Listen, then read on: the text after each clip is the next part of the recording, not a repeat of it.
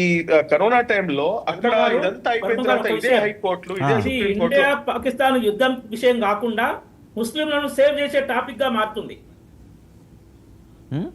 India Pakistan యుద్ధ వాతావరణం దాని విషయాలు చర్చించకుండా ముస్లింల తరఫున వకాలతు పుచ్చుకొని 100% ఇండియన్ ముస్లిం కరెక్ట్ అని ఆ టాపిక్ నేను రాంగ్ అనట్లేదు, కానీ ఆ టాపిక్ అట్లా మారుతుంది, అది కరెక్ట్ కాదండి. వాళ్ళ బాధ వాళ్ళు చెప్పుకోవాలి కదా, వాళ్ళ ఆవేదన.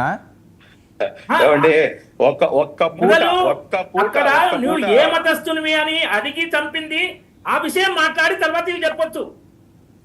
అక్కడ ఏ మతస్థుని అడిగి నువ్వు ఆ కల్మా చదువు ఇవన్నీ విషయాలు వాటిని ఫస్ట్ మాట్లాడినాక ఈ విషయం మాట్లాడొచ్చు. నేను నాకు తెలిసి సార్ మీరు నాకు ఇంతకు ముందు ఇంటర్వ్యూస్ కానీ లేకపోతే ఇంతకు ముందు డిబేట్స్ కానీ మీరు ఫాలో కాలేదనుకుంటాను. సరే, అయినా కానీ మీరు అడిగారు కదా, వాళ్ళు ఎవరైతే ఈ స్టూపిడ్స్ ఎవరైతే చేసినటువంటి పని ఏదైతే ఉందో వాళ్ళు కల్మా చదవమని చెప్పేసి దాని తర్వాత మీరు ఈ విధంగా మీరు ముస్లిమా కాదా అని చెప్పేసి కనుక్కొని ఇదంతా దీన్ని ఎవరు కూడా కాదనట్లేదండి. కానీ ఇక్కడ గమనించాల్సినటువంటి అంశం ఏంటంటే, మేము చాలా స్పష్టంగా చెప్తున్నటువంటి అంశాలు ఏంటంటే, ఇస్లాం చాలా స్పష్టంగా 4 అంశాలు చెప్తుందండి. ఒకటి, లా ఇక్రాఫ్ ఆఫ్ ఇద్దీన్, దీనిలో అంటే ఇస్లాంలో ఎటువంటి జబర్దస్తి లేదు. మళ్ళీ వాడు జబర్దస్తి చేశాడు, వాడు ముస్లిం ఎలా అవుతాడని చెప్పి నేను ప్రశ్నిస్తాను. అదే విధంగా ఖురాన్ లో 5వ అధ్యాయం 32వ వాక్యంలో ఒక అమాయక వ్యక్తి ప్రాణాలని హరించినటువంటి వాడు సర్వమానవాని యొక్క ప్రాణాలను హరించినట్టే అని చెప్పేసి స్పష్టంగా తెలియజేస్తుంది. మీరు అడిగినటువంటి ప్రశ్నకి నేను ఎక్కడ కూడా కోపగించుకోవట్లేదు సార్, లేకపోతే ఇది కాదు. మీరు ఇంత గతంలో నేను చెప్పినటువంటి మాటలు ఏదైతే ఉన్నాయో అవి మీ బహుశా మీ దృష్టికి ఉండకపోవచ్చు.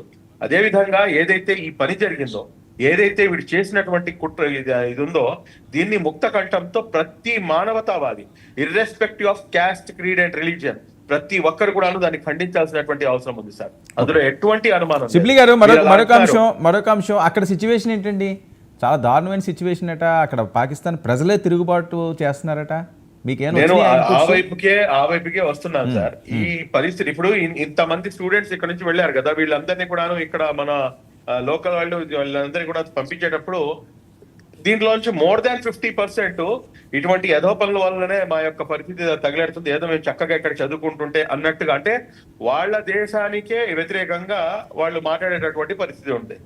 అంటే ఇదేదో మన పాకిస్తాన్ వెళ్ళి మనం అక్కడ కనుక్కొని రావాల్సినటువంటి అవసరం లేదు.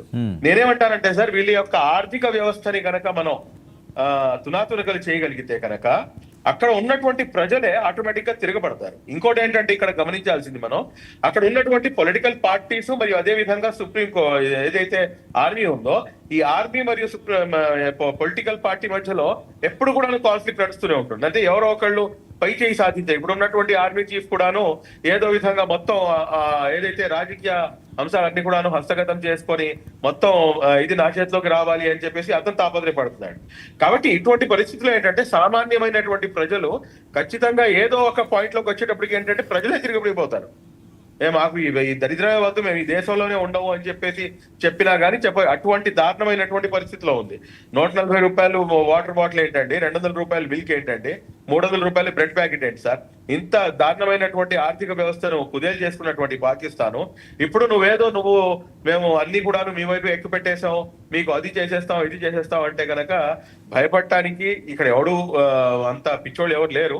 కాకపోతే వాళ్ళు చేస్తుందల్లా ఏంటంటే జస్ట్ ఏదో రకంగా దొంగ అని చెప్పేసి మనం అరిచి ఏదైతే ఇంటర్నేషనల్ సమాజం ఉందో, ఇంటర్నేషనల్ సమాజం యొక్క సింపతిని గ్యాదర్ చేసే ప్రయత్నము పాకిస్తాన్ చేస్తుందన్న సంగతి మనం గమనించాలి సార్. రైట్, రామరెడ్డి గారు చెప్పండి.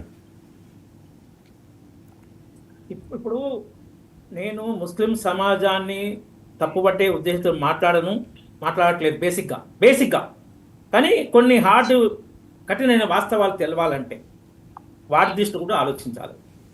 ముస్లిం మెజార్టీ ఉన్న దగ్గర, ఎగ్జాంపుల్ మన పాత బస్తా హైదరాబాద్ ఉంది, Congress secular party, BRS secular party, అందుకని టీడీపీ కూడా సెక్యులర్ పార్టీ. వీళ్ళకి డిపాజిట్లు రావు, ఓన్లీ ఎంఐఎం ఓవైసీ ఫ్యామిలీనే గెలుస్తుంది, ఇంకోటి గెలవడు. వీళ్ళకి డిపాజిట్లు కూడా రావు. మరి సెక్యులర్ పార్టీలే, ఇది ఇక్కడే కాదు, ముస్లిం లీగ్ కేరళలో, నేషనల్ కాన్ఫరెన్స్ అవి ఇక్కడ కాశ్మీర్లో, ఎక్కడ ముస్లిం మెజార్టీ ఉంటే జనరల్ ఓటింగ్ జరగదు, మతపరమైన ఓటింగ్ జరుగుతుంది. మతపరమైన ఓటింగే జరుగుతుంది. దీంట్లో మార్పు కోసం ఏం ప్రయత్నం జరుగుతుంది? ఇది నిజమా కాదా?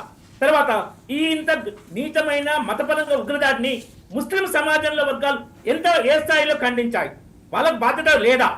వీరు మంచివారే, వీరి గురించి నేనేమనట్లేదు, కానీ మిగతా ముస్లిం సమాజం ఏమాత్రం ఖండించింది.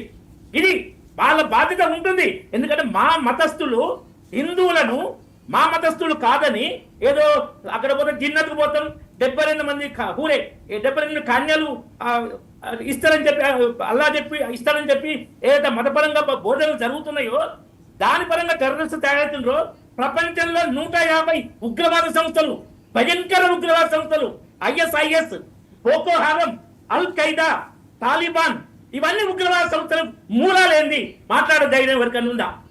అవి చెప్పకూడదా? సో ఇటువంటివి ఉన్నప్పుడు వాటి మీద అనకుండా సోషల్ మీడియా ఏదో ప్రచారం మనం ఉగ్రవాదం సమర్థించినట్టు అని మాట్లాడడం తప్పు. నిష్పక్షపాతంగా నిష్కర్షగా చెప్తున్నాను. కాబట్టి ఇప్పుడు టాపిక్ పాకిస్తాన్తో మన యుద్ధంలో ఏంటిది, ఏం చేద్దాం? హిందూ ముస్లిం టాపిక్ వద్దు, నేను తేల్చకూడదు. కానీ వచ్చింది అదండి కాబట్టి ఏం చేద్దాం అన్నది ప్రభుత్వం, బీజేపీ ఎన్డీఏ ప్రభుత్వం ఉంది. మీరు ఆలోచించాలి కదా ఏం చేస్తామని. సిబ్లీ గారో లేదా రావు గారో నేనే కాదు కదా చెప్పడం. పాకిస్తాన్కు కేవలం సింధు జలాలను బంద్ చేయడమే కాదు, ఇంకా కఠిన చర్యలు ఉంటాయి. అవును తీసుకోండి. ఇప్పుడు ఎవరో దాన్ని అబ్జెక్ట్ చేయట్లేదు కదా, మీరు ఎందుకు తీసుకున్నారు అని ప్రశ్నిస్తే ఇప్పుడు మీరు ఏం చేస్తుందంటే అక్కడ రైతులకు కూడా